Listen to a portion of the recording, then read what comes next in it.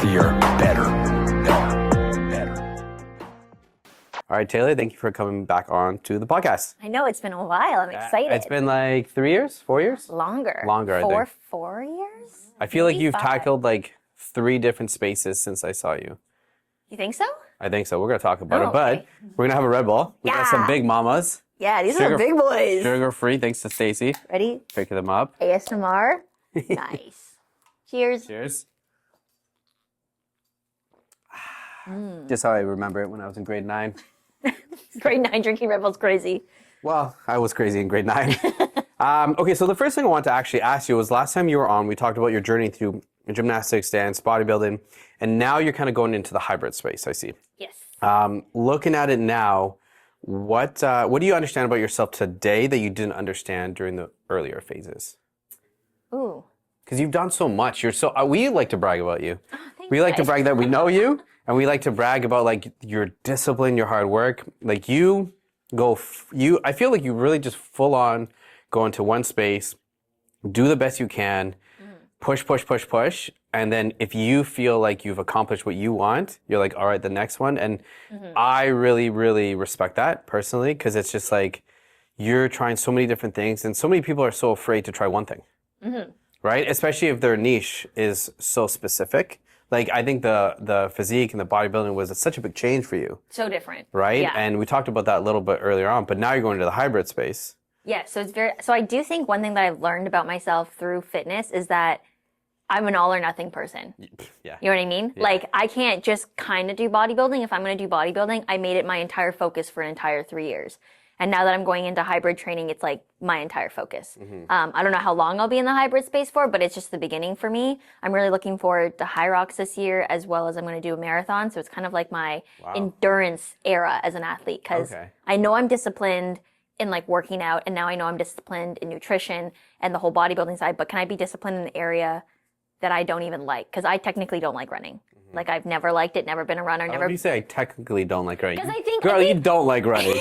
but I think I will eventually get there. You know what I mean? Yeah, yeah. So it'll be interesting to see what that discipline feels like in comparison to discipline of just like, I want to eat, but I can't eat type thing, you know?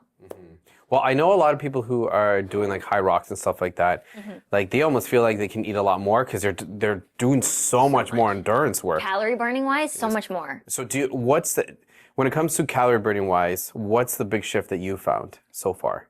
So bodybuilding, it was like I would burn in the morning around 200 calories, and then my workout was like 150 to 200, and then maybe another 100 at the end of the day. So max calorie burn for bodybuilding for me was around 400 to 600 versus High Rocks. I'll do 40 minutes and I'll burn 400 calories. Yeah. So it's so much more calories being burnt. So I do feel in order to not lose my muscle mass that I've worked so hard to get the last 3 years, I do have to make sure that I'm like honing in more on like my nutrition and making sure I'm properly feeding myself and not trying to be like that, you know, that trend right now where it's like when everyone's chasing skinny, like really embrace like being strong and like fueling and really focusing and sending that message across to my following.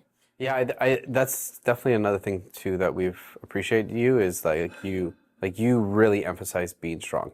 Yeah, I love being strong. Yeah, and you got jacked. Yeah. You got real. Yo, on the stage, I was like, yo, I got some muscle. Yeah, you got jacked your shoulders. Even Stacy's like, T's got a little booty there going on. Yeah, Like, I was like, look legs at are me. getting strong. So, like, it's such a change, right? You've Huge had change. such an evolution. Yeah, because Right. when I first started working out, it was just purely function and just having fun with it. Then I kind of honed in on calisthenic skills, and then bodybuilding was just all about aesthetic. And there was like, obviously my category, I was able to showcase my abilities. But then now with hybrid training, it's kind of like the perfect mesh of everything, plus the added challenge. Yeah. So, how are you adjusting to running? Like, what is your protocol right now to try to get comfortable with running? It's just Longer reps. distance, I It's should just say. reps. Like, and what I repeat to myself over and over again when I feel like it's really hard is I'm like, yo, you did prep. You can freaking do this. Like, Yeah, if yeah. you can go weeks and months on like a very strict diet and doing things you didn't want to do, you can do this. You know, and it's just counting down. I play games with myself when it's like on the treadmill. I'm like, okay, 20 seconds, 30 seconds. And then I like count it down from that. So running is not something I look forward to, but it's something I know when I'm finished, I like feel very accomplished and proud of myself. So I'm always chasing that feeling. And Monday to Sunday, how long? Like, how much do you run? I do one long run a week, and then I do like an interval run, and then like a more like shorter run that's like a little bit more high intensity.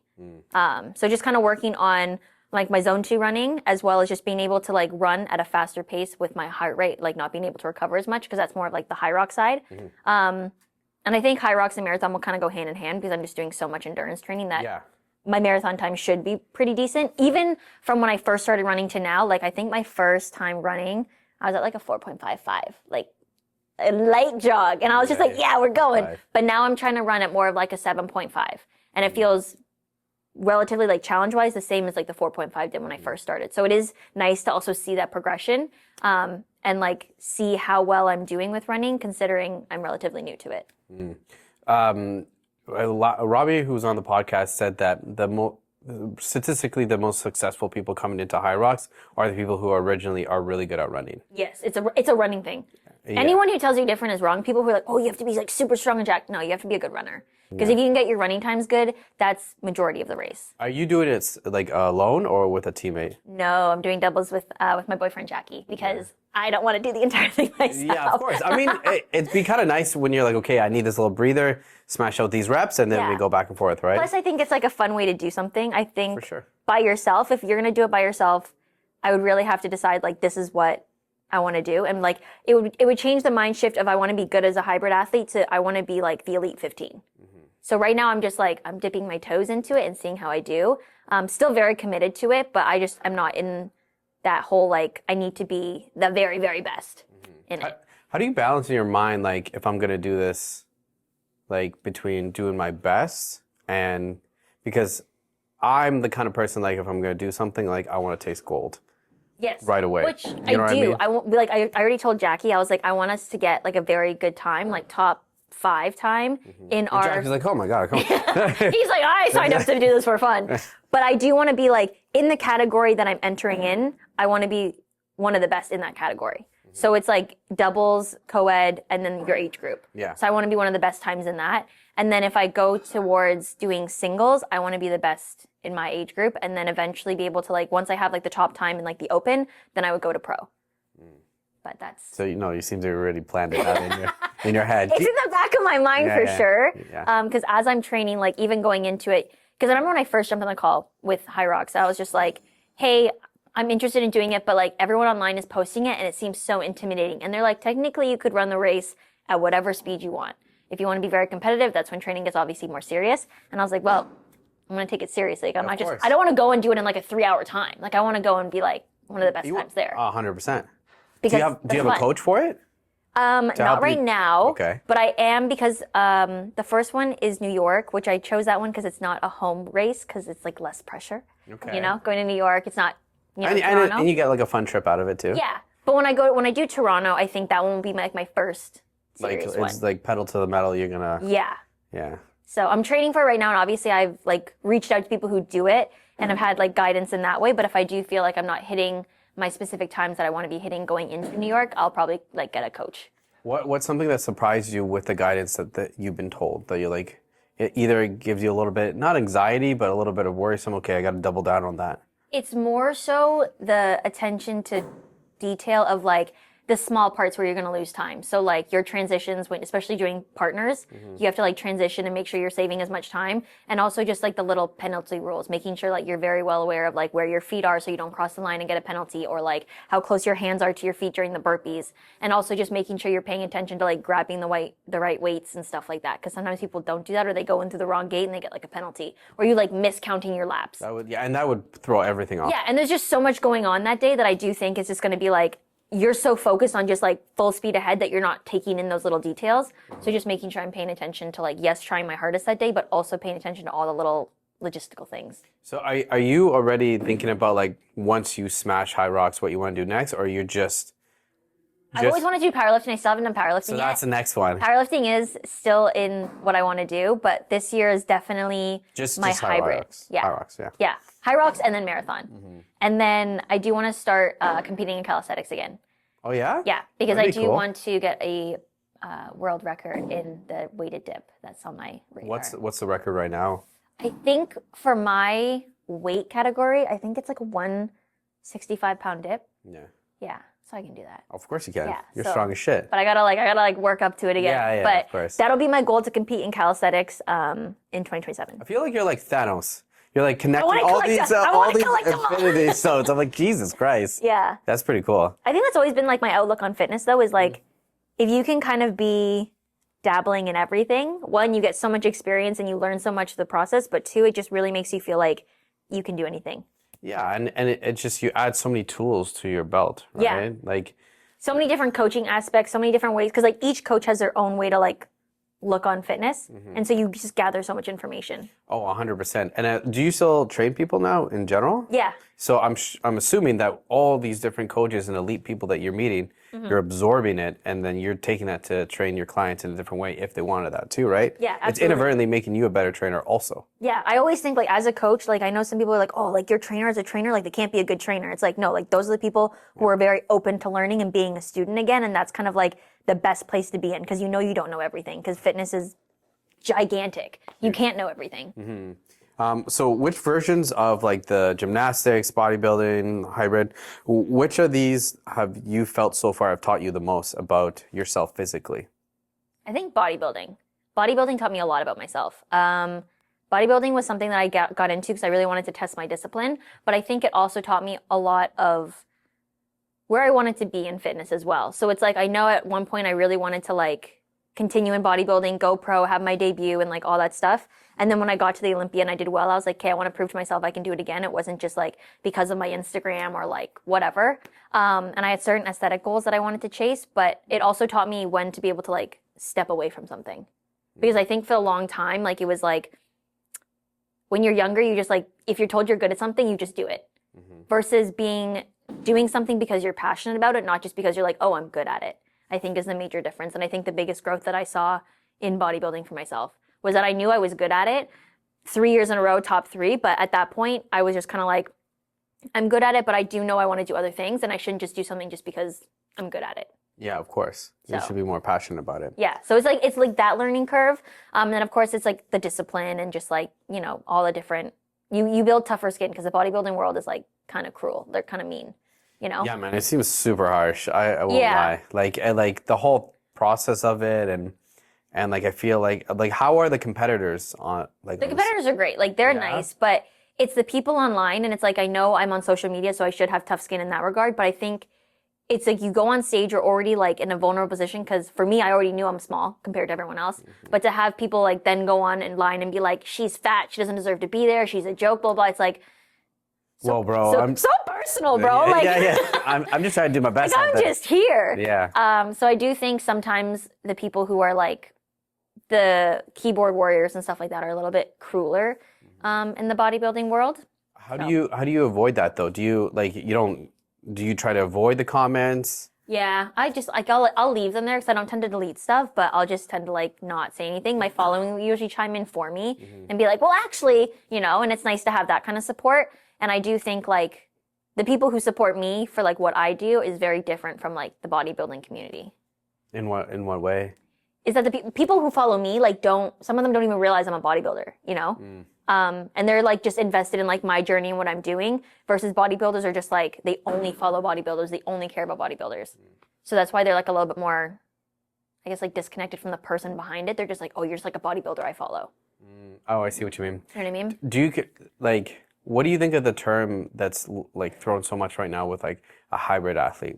I have a certain opinion about it, but I think people confuse what a hybrid athlete is. yes. I think some people are like, yeah, I run, I lift, hybrid. And it's like, I personally don't think that's a hybrid athlete. Yeah. I think someone who's hybrid is someone who's able to like, in my opinion, someone who's very well balanced, you know? Like, Yeah, I think you're the definition of a hybrid athlete, to be honest with you. yeah, like it's like, if you're a hybrid athlete and you're a good runner and you lift, for sure. But that's also just like the basis of working out, Yes. in my opinion, Yes, yes. you know? But if you're someone who's got like really good mobility, good core stability, you also can like lift weights, but you can also move weights in different planes of motion and you're not just like strict different moving. angles, yeah. Yeah. That's someone who's more hybrid to me, who's also like powerful, dynamic, and you're not just lifting and running. Yeah, I have a certain opinion about it. It kind of bothers me just because like with martial arts, let's say in general, it's normal to me to hit pads or do drills and then do a weightlifting and then go for a run. Yeah. That's normal. And then it's normal because of martial arts to do mobility or stretch or do yoga. So like when high rocks start coming out and then these people or some people would be like, oh, I'm a hybrid athlete. I'm like, okay. but what does You're that like, mean? tell me how. So because, and this may seem a little bit intense, but because you can do dumbbell lunges and all this stuff, you're considered a hybrid athlete, but you can't do this stuff. Like the word hybrid means all of it. Yeah. And so it's a little frustrating because I'm just like, Yes. I don't think you understand the real term of it because they're not even, some people are not even open to the other aspects of fitness, Yes. which is the exact opposite of hybrid. Yeah, right? you're supposed to be open to everything. Exactly. And that's why like, I'm not even trying to like, butter your bread, but like, you literally almost do everything. Like you did gymnastics, you did dancing, you did bodybuilding, you're doing high rocks now, and then you're possibly thinking about powerlifting. Like that's a hybrid to me. Yeah. Being someone able who's, to like, try everything. Yeah, and you're not just like hyper focused in on like just running or just lifting, or even if it's not that, if it's just like someone who just does yoga or whatever, like all these aspects are like what makes a hybrid athlete is that you're able to like Take. take and learn from everything and apply it into like your training. Yeah. You Wow. know? Yeah, I totally agree with that. But I do think it's very overused. I think it's like Yes. it's a keyword right now. Buzzword, yeah. People love to like be like, oh, I'm a hybrid athlete. I'm a hybrid coach. I can teach you to be like, like you know what I mean? Like Hybrid. you can be a Yeah, hybrid with hybrid. me, and it's like okay, but like if you're only going to teach them certain things, then it's like you're not really I agree. hybrid. No, I totally agree. Yeah. So looking back, is there anything you were chasing back then that you see differently now when it comes to your competitions or the disciplines you're trying to learn? I think I'm always chasing to make myself a better version of myself. Like that stays consistent no matter what I do. And I think definitely as I've gotten older, chasing that like outward, what is it, the extrinsic reward, that's gone down for me.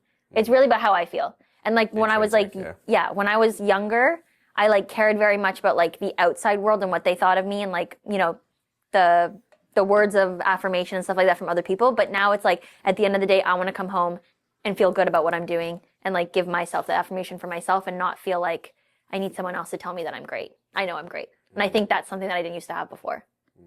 Oh, okay. And how did you get there? What helped you? Was it just time? I think it's just maturity. Oh, wow. I think it's literally just time. Yeah. Because I think when we're younger, like everyone just wants to be like liked and accepted and whatever. And then when you get older, you just slowly just stop caring because you have your people. Ideally. Ideally, hopefully. Ideally, yeah. Yeah. And I agree with that. Yeah. I mean, I think like you should never care about people's opinions. But I think it's okay that there's certain people that their opinions have a little bit more weight than others. Yes. Right? Like a partner or a family. Like obviously their opinion's going to have a little bit more weight. Yes. But it should always be inside. Yes, I agree. And that's easier said than done.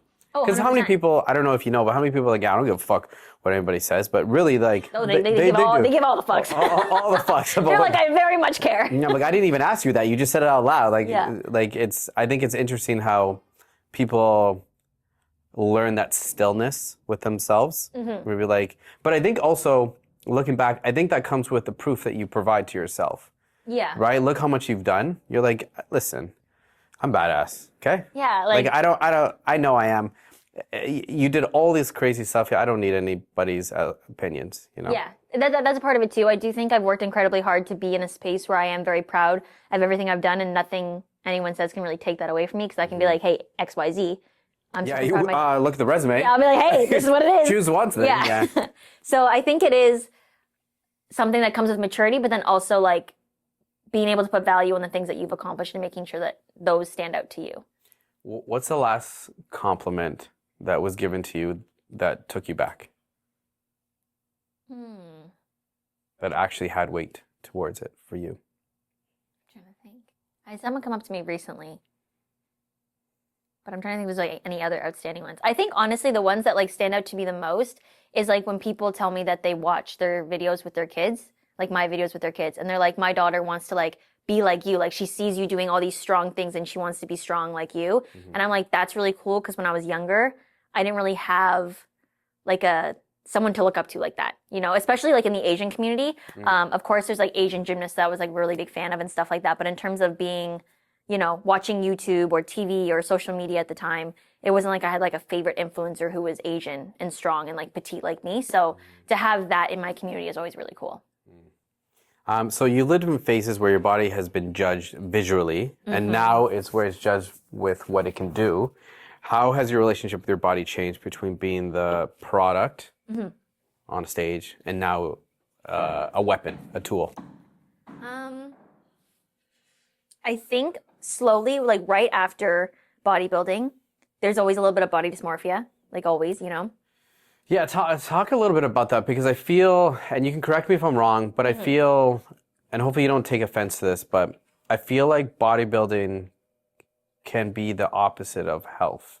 Oh, 100%. Right? And I Everyone feel like talks about people that. who don't understand it be like, look at that guy, how healthy is he? Yeah. And it's like, I know this, and I know you know this, that like, they're dying up there. They're dehydrated. They're maybe cramping. They're smiling as much as possible and squeezing and looking like this. So how do you feel about that? I do think like people who are in bodybuilding are very well aware that it's not the healthiest sport, especially from the women's side. Like we get down to such a lean body fat that we lose our period and our hormones get all out of whack and stuff like that. And that is not spoken about as much as it should be, because a lot of people online also see all these bodybuilders, because the time that we post the most is when we're the leanest. That's when all our content comes out. We look the best. We're like working out. We're super lean. We're vascular. And people are like, wow, like that's peak fitness. And it's like, no, this is just peak week. Majority of the time, none of us look like that. And so I do think to go from your peak week where you're like on stage looking the best to like 3 days after you've like indulged in a bunch of food, you're softer, you have more water, you're holding salt, you like look not as good. And it's like your mind goes, oh my God, I'm fat. Like instantly. And I do think it takes seasons of bodybuilding to be okay with accepting that your body's going to change, because obviously you can't be in that kind of state for a very long term because it's just not healthy. So I do know like my first year of bodybuilding, after my show, like in 2023, that off season, I got pretty big. I got to like 124, which is the heaviest I've ever been. And that was like oh my God, I'm large. But that's because I had gotten down to 102. So that jump was like crazy for me. But then as I started to get more mature throughout my journey, I would like be a little bit more mindful of reminding myself that as I got heavier, I was putting on muscle. I was becoming more strong, and like everything that I was working towards in those heavier phases was just going to be shown off on stage when I got leaner. So I think body dysmorphia, as long as you know there's like a reason to why your body's changing, it helps you like understand a lot better versus just thinking like, I'm large. Yeah. When, like, was there a point where like when you looked at a bowl or a plate, you're like, because when you're in that season, you're like micros, protein, carbs, fats. Was it after bodybuilding, was there a time where you're like, this is just food? No, I still see everything as protein, carbs, and fats. Yeah. Still see everything as protein, carbs, and fat. Yeah. And I don't know if that's because of I don't think it's not necessarily like a bad relationship with food, because I'll still like. I don't think that's a bad relationship with food, but I should rephrase that. In the sense of like, how much is this, how much is that? In the sense of, you're overthinking this meal right now. You're in off season. Yeah. And you're like, I should just enjoy this food. It's good amount of protein. I guess I should say, when did you get overthinking what a plate is? All right, guys, we'll get back to the podcast, but I just want to give a little bit of a shout out to our sponsors, Northern Hydration. So it's a Canadian company. They sell electrolytes. They have lemon, they have lime, they have orange. My favorite is the orange. It's one of the best flavors in my opinion. But use our discount code GetAlpha10. Other than that, let's get back to the episode. I don't think I'm over that still, because for me, even though I'm not in bodybuilding right now and I'm not technically like in an off season or like whatever, I still track everything. But I track everything because I know how important food is. For fuel, yeah. Yeah. Fuel. So if I want to be able to perform a certain way, I know I need to be tracking carbs and fats. So it's like, I'm not tracking things now to like look a certain way. I'm tracking things now because I want my body to perform a certain way. So it's like a much healthier shift. So I do think that like where I'm at right now versus bodybuilding, it's a much healthier space to be counting macros and stuff like that. Because some people obsess over it so much that they just want to be like lean, bean, skinny, all the time, lean all the time. But it's like, I'm okay being a little bit softer because I know it's going towards a good cause of my performance. You're trusting the process and the plan. Yes. For yourself. Exactly. Yeah. And you also know you're going to run like 6K. yeah, I'm gonna burn 402 calories. It doesn't really matter what I eat. You're like, you're okay. Which phase, and I felt the heaviest mentally? The bodybuilding? Yeah. What was it? 2024? Dark. Dark time? Dark time. So, but like what? Like, I know you post, I watched your journey on YouTube of it, and it looked really, really intense. But like, what was the hardest moment for yourself during that time? Like, when you say dark, like, explain, like, what was so dark? For me, it was like the expectation. Everyone expected me to be like amazing. And like at that time, it was very like fragile for me because I felt like I am amazing, but then it was also like you're expecting so much from someone who's brand new to something. So I didn't really know how to like cope with that. And I definitely felt that all that stress and like that, pressure built over and over again. And it made me eventually doubt myself, where it was like I would do a routine that I thought was amazing, but I'm like, but what if they don't think it's amazing? What if this happens? What if this happens? And I just kept on like overcrowding my mind with like stupid people's expectations of like stupid stuff. And that caused my actual performance, which is what I care about, to be like what I consider terrible. I hated my 2024 performance. Yeah. And I think like I still don't watch it. Like I cannot, I can't. It makes me cringe. Yeah. So for me, the worst part of my 2024 was getting off the Olympia stage when I finished my routine. So I was like, I knew that I performed that probably like top 3 worst routines I've ever run in my entire life. And that was really tough. Because it was just tougher for yourself to understand, like... Yeah, because I think that, honestly, as terrible as it was, but that was also the turning point for me to realize that I only care about what I think. Because everyone else was like, no, you were amazing, you still got #1 routine. And I was like, yeah, but I hated it. Like, I despised that routine so much. And so that was the shift of like, it doesn't really matter what other people think, because at the end of the day, like, how I feel and what I say to myself is what carries through, like, my everyday. So as awful as it was, I do think it was important for me to go through, because that was the shift that I needed in 2025 to realize that I don't really care what other people think in terms of like my performance. How do you feel about, because I'm sure, I mean, it's not a secret, but like the people who are not natural, and because I know, I know you're natural. Yeah. But like when you're competing with people who are on stage who clearly aren't natural, does that infuriate you a little bit more? Or no, because I know what space I'm in. I know that when I was competing, I was on the open stage. So the person who's technically out of place would be me. Yeah. If I wanted to be on a natural stage, I could compete on a natural stage. And I would always choose to do open shows because they just fell at a time that was more like better for me in my season of competing. But at the end of the day, like obviously enhancements help people, but I do know there's like, if you look at the gym that you go to, probably majority of people in there are also enhanced and they look like shit. So you can be enhanced, and if you don't have the work ethic and you don't have the dedication, you're not going to look good. So you can't always chalk up someone's performance and how they do on something as just being like, oh, they're enhanced, it's so unfair. It's like, no, there's tons of people who are enhanced who look like shit.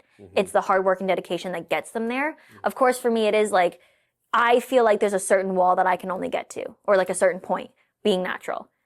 So sometimes that's frustrating for me, because it's like, obviously I wish I could be putting on more muscle mass each off season, but I know realistically as a natural person, it's going to be like 1-2 pounds. Yeah. I'm not going to put on 10 pounds, but that's more of like a me issue, not a them issue, because I'm choosing to be on that stage. Do you ever get to that point where you're like, or did you ever feel pressured when you were competing, not by your team, but by outside world, that like, what's one little cycle? Have you ever felt that? No, actually, because one thing I will say, like in the bodybuilding world, when I would get off the stage and I would talk to like the judges and stuff, they would always tell me to like stick to what I'm doing. They're like, you look really good, you move really well, like never compromise that for getting bigger. They said, we not only respect what you're doing, but we think it's the better path for you to continue what you're doing. They would actually encourage me not to take stuff. That's amazing. Which is really nice, because I always felt like, oh, maybe like I should be taking stuff because then I would be better, but like I just knew morally I couldn't do that. Yeah. And so to have them come to me and be like, no, we just think you're doing everything perfectly fine, it's just going to take time for you, that was really nice to hear. There was never a point of someone ever being like, you should do stuff. So that's good. Yeah. All right, that's good then. Yeah. So your content makes super high level movements look fun and almost effortless. What's the part of your process that people don't see that actually makes that possible? Other than probably like 100 takes. Just the boring stuff. What's like, the boring stuff? Boring stuff is literally just like, the reason why I can do so many crazy push-up combination or handstand combinations is because I work on basics. Handstand holds, different shapes holding. I'm not always doing the fun, crazy things. Like majority of my training is just typical strength training or typical like body weight movements. To get good at like core movements where I'm doing like leg lifts with my hips raising and like crazy things with my legs as I'm doing it is because I work on boring things like holding my splits for like a minute each time I stretch, or working on my shoulder mobility, which isn't really fun to work on. It's like you're stiff and then you're like, this is my position. And then core work is like, again, it's not fun. Majority of people at the gym skip core. Yeah. But it's like all that stuff that goes into it because people always think like, oh, I want to get to that. And so when people come to me to learn something, they just expect me to teach them that specific thing, but I have to take them back to like The basics. holding a plank. Yeah. I'm like, if you can't hold the plank, I can't help you. Yeah. That's like the very bare minimum. Yeah. So that's the boring stuff. Do you ever have pressure to make it look easy? I put that pressure on myself. Okay. Because I want it to look a certain way. Okay. I think there was a time on social media where like people really emphasized the struggle. Like they would be doing like a hip thrust or a deadlift and like shaking on camera. Showing that they're pushing. And I was just like, I personally don't like that. And maybe that's because I grew up in the performance world of like dance and cheerleading where everything's supposed to be like effortless and beautiful and, you know, never show any strain. So for me, I put the pressure on myself to make it look like it's super easy. And so when I struggle, I'm like, retake. Let's retake this. Yeah. Was there ever a point where performances and your identity kind of got tied too much together? What does that mean? What do you mean? Like performing like a reel or something like that, or like performing in bodybuilding or gymnastics. Like even though you do those things, that's not exactly everything that Taylor is. So have you ever thought that like, or felt like all of it tied a little too much together, where you weren't just that one thing? Like for example, like you are phenomenal at flips. You are not just flips. You ever thought that maybe like people only saw you as one thing when you're like, hey, I'm other things also? I think that was maybe like entering into bodybuilding. People just like wouldn't think I'm a bodybuilder, you know, because I'm small. I know that. Like I'm like not like, you don't look at me and go, oh, she's a bodybuilder. Yeah. So I think maybe that was like the only time that I think people like really pinholed me in the whole thing of like, you're a bodybuilder. Like there's no way like you can only do this. But because I post so much on my social media now of like different things that I do, whether it's like animal flow, reformer, strength training, running, all this stuff, people just kind of like know I do fitness, which is pretty broad. Yeah. Yeah. So do you think that women are finally slowly coming more towards strength training? Because I still feel like there's a little bit of like a stigma of like, we were making fun of it the other day, but one of my clients was like, I was making her do, I think, lateral raises. And she's like, I don't want to look like China from WWE. I'm like, listen, I still don't look like China from WWE. Like, you're not going to get it from your 5-pound lateral raise, okay? If you're like, so like, do you think that there is still that stigma of like too bulky, you can't strength train? And now, I mean, the trend is to be skinny, which is so annoying. It's crazy. Yeah. It's crazy, but I blame that to like GLP-1s and stuff like that. Yeah. But like also like I feel like a lot of women would rather do reformer or Pilates instead of, you know, understanding weight training and stuff like that. Do you think that's what's your opinion on that? So I think 100% we were going in the right direction. There was like a nice shift of everyone chasing strong, wanting to do Strong stuff. over skinny. Yes, because everyone wanted like big glutes, big legs. Everyone wanted that, right? And to do that, you have to lift heavy. You have to be doing all these like heavier movements. And so there was that shift. And then for some reason, because of all the Ozempic skinny 100%. celebrities coming on, being snatched like instantly, people want to go back to that like very skinny era. But I do think the difference now is that there's a lot of influencers, myself included, who still very much promote being strong. Yeah, you're sticking to your guns. You're doubling down on that. Yeah, like if anything, I'm going even harder on that, you know? And I think that's really strong, especially because so many young people are on social media. So they're going to see their favorite influencer or whoever it may be still showing that strong is feminine and beautiful and everything like that.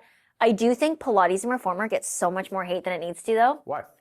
Because it's not that bad, guys. Like the one thing that does like kind of grind my gears a little bit is when people make content where it's like, unfortunately, this body wasn't made by Reformer, or unfortunately, this body wasn't made by Pilates. I'm like, it's like rage bait like I'm that. like, why is it unfortunate? Like, like if you like strength training, you like strength training. If I like doing Reformer and strength training, or if it's just something where it's like, this is someone's first time in the gym getting into it and it's their introduction to the world, let that be for them, you know? A really good example I do is like my mom.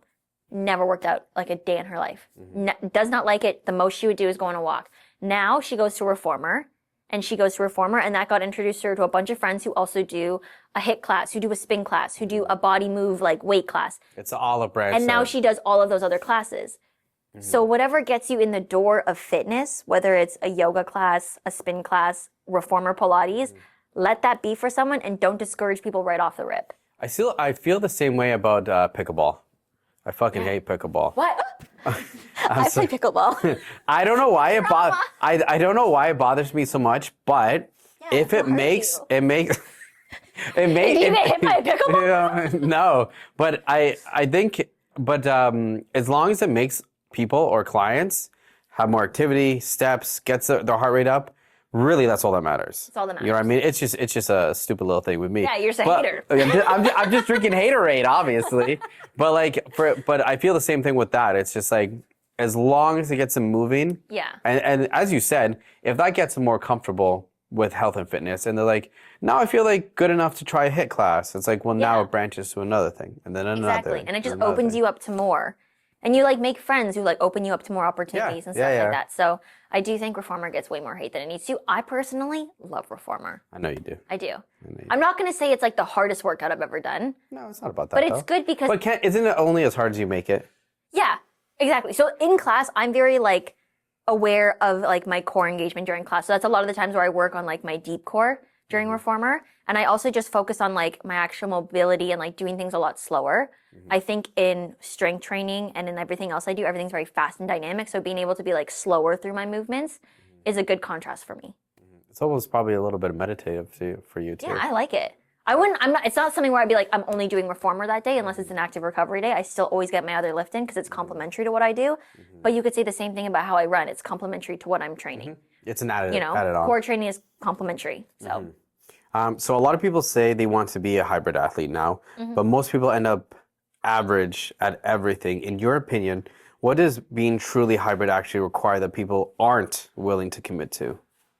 The mobility. The mobility. Nobody commits to mobility. It's true. A lot of people talk about the running, but they're not talking about the mobility. Yeah. So one thing I've noticed in like like Jackie mentioned, he's like, I'm surprised you actually have no like knee pain or joint pain from all the running you're doing, because I've like 10 times my running since last year. I didn't run at all last year. Now I'm running like 4 or 5 times a week. And it's like, I'm not injured because I take care of myself. I do the proper warm-ups. I do the proper cool downs. I also do like dedicated stretching sessions to make sure I don't get knee or hip pain. Yeah. I mean, you don't need rehab if you prehab. Like, like you but gotta people just be don't. smart. They're just waiting to get injured. Yeah. They're like, oh, I need help now. You're like, well, you could have Help warmed up. yourself, bro. Yeah. Help you. It's so true. What do people have to sacrifice to actually be good across multiple domains? So, what did you have to sacrifice to be good at so many things? Time is a big factor. You have to commit a lot of time to it.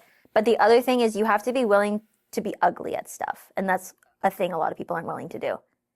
Yeah, I mean, ego. Yeah, you have to put your ego aside and be like, hey, I'm not good at this. I'm probably gonna look kind of silly and stupid, but like that's just how it is. And so for me, like the first time I ran, like by no means am I like the perfect form in terms of like my heel strike and whatever. But even the other day when I went running outside, I was nervous because I was like, I'm going to go running outside, and what if I have shitty form and someone's going to be like, look at that stupid runner. You know what I mean? Like you just anybody. What a jackass if they're just driving. Like, what is that stupid form? Look at that girl not learning how to run. But it was just something in my mind that was there where I was like, okay, but it's okay if I'm not a good runner or don't look like a good runner because I'm new. So it's being comfortable. Same thing with like, even doing like high rocks, like doing ski erg and wall balls the first couple times, like I slapped myself in the face with a wall ball so many times because I'm just ugly at it right now. Yeah. And it's just being comfortable with not being good at stuff. But you used to do CrossFit, did you not? Yeah, for like a hot minute. Like in a real hot minute. 2019, I think I did it for like 3-4 months. It was quick. That is a hot minute. It was quick. That's a summer fling right there. Yeah. What piece of content feels the most meaningful to you right now that you've posted? I really like the journey content for me. So like whenever I make stuff, like obviously it won't be around bodybuilding as much this year, but like when I was doing content around the work that goes into bodybuilding, more storytelling, which is more kind of like on the YouTube side. I enjoy making that because then people kind of get a look-see of like what reality really is. Because on Instagram, you only get a glimpse of like 15 seconds. And the 15 seconds usually looks amazing, glamorous, the best parts of life. Yeah, because it's 15 seconds. It's like, 15. here's my life. Yeah, 15 yeah, seconds. yeah. But on YouTube, people can see and understand the struggle, the commitment, the dedication that goes into whatever you're doing. And then at the end, it's always like a Hallmark movie, like a feel-good movie, you know? Yeah. So I think storytelling for me on my YouTube is like a little bit more fun as of right now, especially with competitions. Have you, because I've seen that you've been transitioning more into YouTube. Has it been much of an adjustment? More storyboarding, more planning. So it's like, for Reels, it's 15 seconds. You just really need like a hook and that's it. For YouTube, it's like you need a hook, but then you need something along the way for people to like be invested in to continue to watch. So I think it's learning how to take 15 seconds and turn it into 15 minutes. That's stressful. Which is hard. That's stressful. It's a learning curve. Like I wouldn't say I'm by any means like perfect at it or whatever, but it's also being open to, again, being kind of ugly at it at the beginning. I'm not going to be perfect, but learning and trying new things and figuring out what's going to work is what's going to make my YouTube elevated in the next coming years. With the size of your audience now, how do you balance posting things that are impressive versus things that are actually appropriate for people to try? I don't remember what it's called, so don't make fun of me. But the one where it's like the Nicki Minaj thing, where it's Oh, like yeah. The Nicki Minaj challenge. Is that what it is? Oh my God, so many. But the thing is, You killed it though. Thank you. Thank you. The thing is though, some people were doing this challenge who had no business doing this challenge. Yes. Fair. You know what I mean? Like, if you're someone who has no mobility and has never done a pistol squat, period, why are you doing a pistol squat on your kitchen counter on a tomato can? Yes. I'm not even doing that, bro. Yeah. Like, you know, so it's just kind of like, why would you put yourself in such a dangerous scenario when you have none of the like credentials to even be there? For me, like, Sales were wild though. Wild. I watched them all. no, of course, they were so viral. And for me, it's kind of like, one thing that I always make sure to put in my thing is if I think something's very, very challenging that I don't think many people should do, I don't go, tag this and try it, tag your friend and try this. I'm just like, this is me doing me. This is what I've worked to be able to do, but don't try it at home. That's not the point of this video. The point of this video is to just show off what I can do. And then there's other certain videos that are much more appropriate and easier for people to actually try. So. Do you ever hold content back because of people No. holding, like maybe hurting themselves? You're like, ooh, maybe this is, you can do it because you're phenomenal. Yeah. But you ever hold it back? You're like, maybe somebody's gonna, no? I don't. You just kind of put like, viewer beware kind of situation? Yeah, I'm just kind of like, don't try this at home. Like if I think someone's gonna be silly enough to try it where they don't have any credentials, I'll say, don't do this at home. Or like if someone goes in the comment and be like, oh, if I try this, like I'll hurt myself. I'm like, yeah, you shouldn't try it. Like I'll comment that back, you know? But I think it's just, maybe it's something I should be more aware of as a person posting, but I'm not trying to grill you about it. I'm just curious if you've ever thought about that. No, never. Because at the end of the day, like, That is on them. yeah. Like you're a grown adult. You can fucking make a decision if Yeah, you like really- if you know you can't do a backflip, probably don't do a backflip video. Yeah, you know what I mean? Yeah, yeah. It's true. It's true. Yeah. Know yourself, know what you're capable of, but yeah, no. I think also a lot of the things people will try like a portion of what I post and realize how hard it is, and they're like, yeah, that's out of my out of your control. realm. Yeah. Okay, fair. How has growing your platform made you? Has it made you feel more free or more careful with things? Because you are continually growing so much. Mm-hmm. Do you feel more specific what you have to post? No, I feel actually more free. I feel like I can branch out and do more things. So like I'll do a little bit of travel content. I do couple content now with Jackie, just like funny meme ones, because I personally like editing those. They're just funny to me. Yeah, yeah. They're just like, that's what I also like enjoy watching myself. And then of course I do the fitness content and stuff like that. So I do feel like it's more freeing to have a bigger platform where I don't feel the pressure to like, I need to grow, I need to do this. It's like, no, I can have a little bit more fun with my content. Do you feel like that because you've made it so far that you feel like, okay, now I can play around? Like almost like, I don't want to say because you're such a hardworking person, but it's almost like the hustle to get to like, how many followers do you have? 2.4 on 2.4. Instagram, yeah. So 2.4, Yeah. crazy. Yeah. Right? I don't even Still- know still like five crazy. people. But like getting up to there, do you feel like, you know what, you worked so hard, you got up there, I'm going to do what I want now? It's more so like I've gotten to 2.4 and a part of my brain is business-like, where it's like course. I've hit 2.4 million people in the fitness realm. To now grow my account, I need to go outside of fitness if I want other viewers to come into my page. And so that's where it's like, yes, I enjoy making couple content and food content and travel content, but it's also a business decision because I think more growth will come from those types of videos because then people will come to my page who are also interested in fitness, but also like to travel, or like fitness and like food, or they're in fitness and they're in a relationship. So it's just broadening my audience, building on my pillars. Your pillars. Which chapter of your life built the strongest version of you mentally? Even if it wasn't the face people celebrated the most online. I think bodybuilding. Goes back to the bodybuilding. Bodybuilding, It really pushed you, eh? Bodybuilding really pushed me, and it was a very transitional part of my life, I do think. One, because I did it from like my mid-20s to like later, and I do think like a lot of growth happens in those years just genuinely as well as a person, because that's typically when you become more like secure in your job and you become more secure in yourself, stuff like that. But I do think it really just honed in on things that I just didn't know, one, that I was capable of, but two, that I needed to learn as well as a person. So bodybuilding was definitely that for me. Have you ever gotten used to like being so Insta famous? You know what I mean? In a way I have, because sometimes when I'm in a public space and I can tell someone recognizes me, I'm like, oh, that person like wants to say hi, but they don't know how to. So like I'll always try to make eye contact so they feel more comfortable, and like I'll smile and stuff. So in terms of that, like I've become more aware of those things. But I do think it still boggles my mind when someone will come and like, oh, I'm like from Brazil and I watch your content. Or like, I posted a video in Hong Kong of me doing like a dragon pistol in front of like the big Buddha. And the amount of people from Hong Kong who were like, I follow you, I'm such a big fan, like come back. That stuff still boggles my mind. Because I'm like, to me, I'm just from Toronto.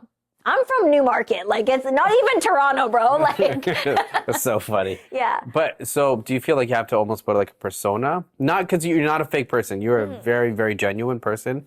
But you do have to put like a certain There's a certain facade, a certain, Yes. you know. Yeah, because like as Little T Fitness, like I don't swear that much on my page. As Taylor, I fucking swear a ton. It's so You know what I funny. mean? So Yeah. there is like a certain level of like who I am as Little T Fitness that I don't really show, like, or sorry, as who I am as Taylor May, who I don't really show on Little T Fitness. But in terms of like, I do think after being at an outing or like an event where I am Little T, I do feel at the end of the day I come back a little bit more tired just because one, I'm an introvert, but like two, it's because you're just like, you're on. It's a every different single mask second. too. Like I can't remember where I read, but like we all wear different masks, right? And it's like you have the mask that you wear at work, and then the mask you wear like with your friends and your family, and then Yeah. your loved one, and then there's the mask that is just you, Yes. right? And it doesn't mean you're a fake person. It just you have layers to who you are. Yeah, and you adapt to your environment. For sure. Like you So- can't come in and be like, "Hey, what's up? My name's fucking Taylor." Yeah, You know I what can't be like, yo guys, what's fuck up? You know? yeah, you can't do that, right? Yeah. But I'm sure if you did slap like an F-bomb, people would be like, "That was cute." Yeah, people aren't like, oh my God. But it's just like, I try not to because I know one, kids listen and watch my Yes, stuff. So I try to be very appropriate.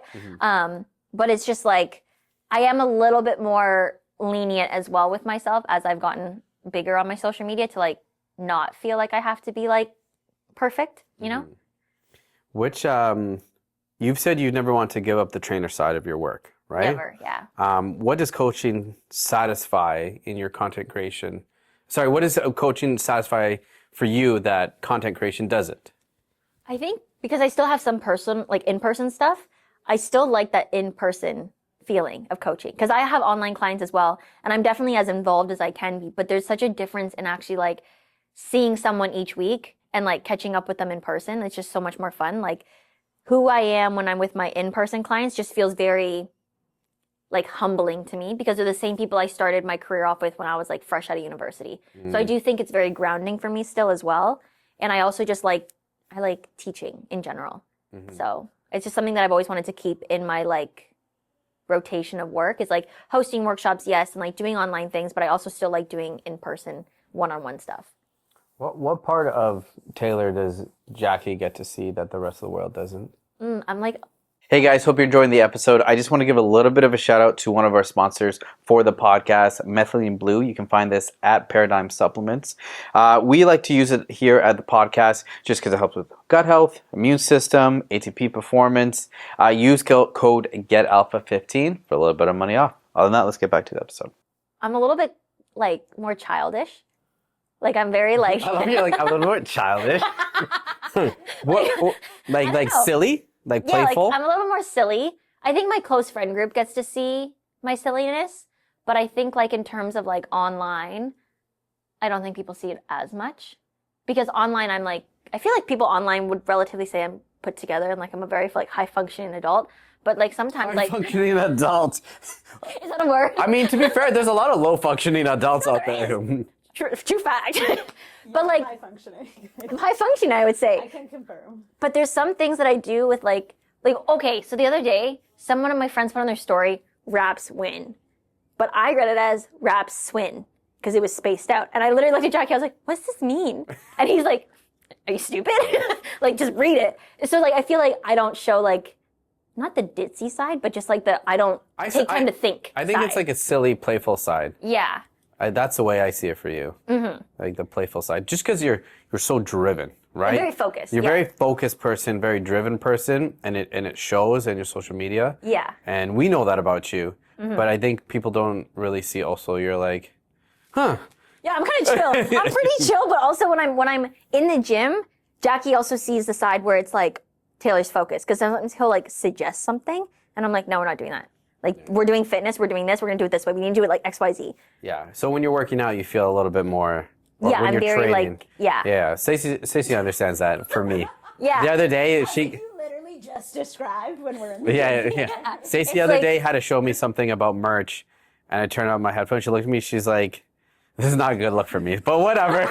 but whatever. Stacey literally was like, she's like, "What do you think about this?" And I went like this to take it off, and she's like giving me amazing information because she's an amazing business partner. And she looked at me. She's like, "Why do you look so agitated?" And I'm like, "Don't fucking make this a thing right now. Let's just like talk about the meeting." And then I realized I'm like, okay, I'm getting way too intense Yeah, right you're now. just too much, yeah. And I was like, I'm sorry, show me again. You're like, 1 second, okay. So I feel, like, all right, we'll just do this later. Yeah. I just feel like with training, it just, as a trainer, and I know you understand this too, you have to give so much of yourself. Yes. And so when you're working out, whether with headphones or just working out on your own, that is really your time, as it Yes. should be. So when something disrupts that, I have to take a breath to be like, don't like be an asshole about this. Like, Yeah, you're like, it's not that serious. It's not that serious. It's not Yeah. that serious, bro. Just like chill, don't worry. Because I'm a very playful person too. I'm very silly. Yeah. But for We're some also weird very reason, serious. very serious. But at the Yeah. same time, like I need to be stern and stuff like this. And Yeah. so I don't know. I would say I'm a very silly person. Yeah, but it's the time. It's timing. But I know that like his time where he gets to work out is like his only time. Yes. So like Don't I fuck with think, it. yeah, like I think Yeah. I Like if I'm try going into the gym to be focused, Yeah. don't unfocus me. yeah. You know? Like Sometimes I gotta unfocus you for a minute. Yeah. Yeah, but I think you know that though. Yeah, I try really hard. It's just because that's the time where, do you listen to music when you work no, out? I don't. Oh, so I'm weird. I love music. So Yeah, I'm weird. I've never listened to music. I mean, when I run now, I have to listen to like EDM shit, but like, But that's just because of higher pace and Yeah, you're yeah, trying to, music to me is like, it's bringing my head back. And then okay. it makes me think of scenarios. And when I listen to music is when I'm the most creative. So I think about like content, podcasts, whatever we got to do. Or I think about like conversations I need to have. So if I'm like, for some odd reason, thinking about something, a conversation I need to have, and then Stacey comes in, I have to make sure I really self-regulate. Where I was like, okay, this has nothing to do with what she's about to talk to me yeah, about. you have to like bring yourself back. And I don't know if that's a bad thing, but it's an honest thing. It is an honest thing. Yeah. Yeah. Like there's certain things that I know, I just get agitated really quickly, and it's just like Super quick. And you have to be like, it's not you. It's definitely me. I need to calm the fuck down. Yeah. Like you did 100%. nothing wrong. Yeah. But yeah, Yeah. It's funny because I'm very unapproachable when I work out. same. I try not to look at people in the eyes, heads down. I don't, Yeah. I just very unapproachable. Like if I ever film myself where I'm by myself working out, I do tend to look a little hostile. Yeah. But then as soon as someone approaches me, completely different person. But it's just like because I'm in the zone. Like I'm there just to do I what I'm get it. doing. I And get then it. if someone approaches me who I know, different person. 100%. It's You like know? when I'm running, people are like, you look so serious when you're running. Are you okay? I'm like, yeah, it was a great run. I had like 6K. It was awesome. Yeah, you're like, it was the greatest pace I've It's ever done in my They're life. Like, you look so angry. I was like, oh, I was just thinking about saving a couple of babies in a little restaurant. Like, you know what I mean? Like, I was just in the fucking zone. Yeah. One, on our our story of I shouldn't have done that, but literally people were commenting back being like, was he okay? He looks so mad when he runs. And I was like, he's fine. Don't worry. This is just his normal. When I run. I literally like tunnel vision. I don't see in my peripherals when I run, at least on a treadmill. Outside I do because it's dangerous, but you know. Yeah. So with millions of people that can watch what you post, how do you decide whether something is just impressive, genuinely useful, or potentially misleading for people who don't have your background exactly? So if somebody's scrolling an Explorer page and they see this, how do you really choose what is impressive, playful? You know what I mean? So this is where I get my videographer's help because he's a breaker. So Patrick, Shout out to Patrick. Yeah, shout out. Patrick's amazing. Love Patrick. He's like one of the most talented videographers in the Toronto area. I think he's amazing. But he's also a really talented breaker. So when I do certain movements, I'll ask him, I'm like, yo, can you try this? Because I just want to see level-wise how hard it is. And if he can't do it, I know it's hard. But if he can do it and he goes, yeah, but like, I think other people could do it. So I get outside information as well. Sometimes I'll even get my friends. Like if I'm filming like in a gym, I'm like, yo, can you just try this really quick? Like I had someone try a challenge where you put your hand on the ground and you walk it out 3 steps and you touch your head to your thumb. Because apparently it's really hard. For me, it's super easy. But I had like 3 of my friends do it and they couldn't do it. I'm like, okay, doable mobility challenge. Like, you know? Yeah. So you think about it. I like bounce around ideas with people, have some people try it with me. And then like the goofy stuff, I kind of just like send it to Jackie being like, does this translate to being funny or is it just funny to me? And he's like, you know? Blah, blah, blah, blah. It's kind of funny. Yeah. Or sometimes he'll be like, I think the text needs to be changed. It's just like, you know, I get information from like my editors and people who are like professionally in the space, but also from just like the general audience as well. Have you ever felt trapped by your own discipline? In bodybuilding, I definitely felt trapped. Yeah. In bodybuilding, I was very trapped because I didn't get to enjoy life for like 3 years. Yeah, because it's like you've built something that you now have to maintain, and it's like it feels almost like, okay, oh my god, I got to do this for so long. Like in off season, I'm in it. You're like, I'm in it now. I'm in it, and I'm in it seriously, and I'm a top performer. So like even in my off season, people were like, oh, you're in off season, just like eat whatever you want during the week. I'm like, no, like I have to hit my macros. I have to do this because in order for me to grow and like fuel my body for bodybuilding, I have to do these things. So there was never like a relaxing period during bodybuilding. What's something about high level discipline that people glamorize but don't actually understand? I think people glamorize the fact that it's like if you're disciplined, they just assume it's easy. They assume that once you consider yourself disciplined, they're like, oh, it's easy for you to go to the gym. It's easy for you to eat healthy. No, it's not. It's tough. Like discipline is something that like, yes, if you have it, it's an amazing tool, but it's something that you can never stop working on. Does that make sense? Yeah. Well, yeah, totally. Like, Yeah. just, it's funny, like, I don't like this example, but like David Goggins, right? He hates running. He hates whatever, but he's so disciplined. He does it. Just because he does it and he's disciplined doesn't mean it's hard for him. It just means he reframes that brain. Yeah, his mental capacity or his mental like power is stronger than like his feelings, basically. You know? Yeah, 100%. How do you know if you're disciplined? Is it just because you just do things that you don't want? It's not just that you do things you don't want, but I think also discipline comes with like the results you're looking to get. Like if I want to place a certain thing or perform a certain way and achieve a certain goal for myself, I know I'm disciplined once I've achieved that. And like the process through it. So like, yes, showing up to the gym on the days that I didn't want to go, discipline. Or like having the results come from everything that I went through is also discipline. Like there's a quote that I liked where it was like, the results don't come from the motivation, it comes from the discipline. So it's like, I think discipline ties into like your effort, but also the result. At the end of all of it, the content, the training, the growth, what do you actually want to be known for? I want to be known for someone who's able to, one, like kind of push boundaries in fitness, and the fact that it's like I try so many different disciplines of fitness and I'm able to be successful in it. I want to be known for that. But most importantly, I want to be known for like, as a female who's petite, who's Asian, I've been able to like also accomplish that. So being a role model for like young women who are in the Asian community who are also like smaller builds.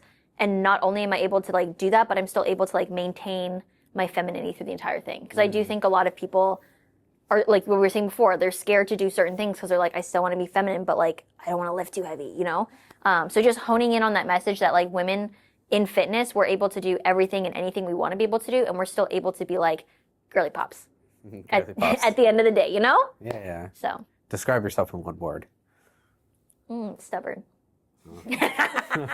Nice. And I'm stubborn. I'd agree with that one. I'm very stubborn, which works for me in Oh, yeah, terms so of like people don't realize that's actually a superpower. it is because I'm stubborn in like what I think I should be doing, and being disciplined, you're also going to be stubborn because you're not going to like let other people push you in a way that's away from what you want to do. So I think I'm definitely stubborn in a good way, sometimes also in a bad way. I don't think it's in a bad way with you. Sometimes when I'm caught in an argument and I think I'm so right but I'm so wrong, stubborn. Yeah, but you've been like driven for as long as I've known you. Like you have been this way, but you've also kept who you are throughout the million years that we've known each Yeah, other. we've known each other for so long. So long. Stacey knew me when I worked at Triple Flip, It's true. which is no longer a business. We were flip girls. No longer a business. R.I.P. Moment of silence for them. What does alpha mean to you? I think being alpha means like one, you're able to execute everything that you want to do, but also you're able to lead people and help them execute what they want to do. So like you're a leader in that like you lead by example, but you're also able to help people get to where they need to get to. For me, that's what I think alpha is. What do you think alpha is? Oh my gosh. I don't think anyone's ever asked him this. That's funny. I think alpha is being the best person you can in the worst times. I like that. So much deeper than my answer. Mine's like, if you can do things and lead people. No, your answer is great too. I was just trying to be a little short so we can wrap it up. Yeah. He's like, This is not an interview on me. so Norm. Oh my gosh. Okay, so let's bring this home. What social media, all that good stuff. How can they find you? Lil T Fitness across the board. It's the username. Across the board. Across the board. It made it super simple for everyone. YouTube, it. TikTok, Instagram, Facebook, all that stuff. I love that. Okay. So. Well, everybody, give her definitely a follow. You're going to be doing even more beautiful things. I think every year, it's just like another big thing you did. So Yeah. I really, it's been really, really nice watching. I think I message you this like every birthday that it's been such a blessing Yeah. to see you grow. Like grow, But yeah. it's because you grow every fucking year to something Thank else. you. So like it's been a pleasure. Yeah, for no, sure. It's so crazy because like I've known you guys for so long. Like Yeah. so long. Yeah. know, it's still weird to me when people are like, you know her? Like, I know. know her? I remember when you came to our opening and one of our clients was like, how'd you get her to come? And I was like, she's my friend. Now, how much did you pay her? She's like, she's her friend. And then she was like, no, she's like your real friend? And I'm like, yes. So funny. It's like you actually know her. It's like yeah, we literally would like Yeah. we go to coffee like once a month together. I forget that like you're so famous because you've never changed. Like I mean that Yeah. in such a good way. Like you have been who you are for the last like 15 years. You are Yeah. still the exact same person. So I don't like Yeah, you don't like clue clock in all the time because I'm like, what? I'm like, how did we get her? I'm Yeah. like, she's just here to support me. She's like, she's just down the street. Yeah. Awesome. Well, I appreciate you coming on. I think if you ever want to come again, it'd be so cool if you and Jackie could be on. Yeah, That'd I'll be a definitely fun bring Jackie. Yeah. Fun conversation. Yeah. Because Jackie's pretty funny. He's very shy. Like on his socials, he doesn't show his personality as much, but he's actually very funny and way more extroverted than I am. Surprisingly, I'm introverted as fuck. I like just being alone. Yeah, same. Yeah. Just like, I just want like a compound, like somewhere where I can go Yeah. go for like a weekend and like no cell service. Yeah. Just well, a actually, great gym. I need some Well, yeah, service, that's, yeah. I'm not as introverted as that. I need my phone. And then come back and be like, I'm refreshed. Yeah, like touch grass, but it's like you're just like by yourself. Yeah, that'd be You know? great. Thank you guys for listening. If you're watching on YouTube, make sure to like, subscribe. Please follow Taylor on YouTube also. She's amazing. If you're listening on Spotify, please give us a comment. We're growing. We are experiencing new guests, and they're amazing. Other than that, love you. Ciao.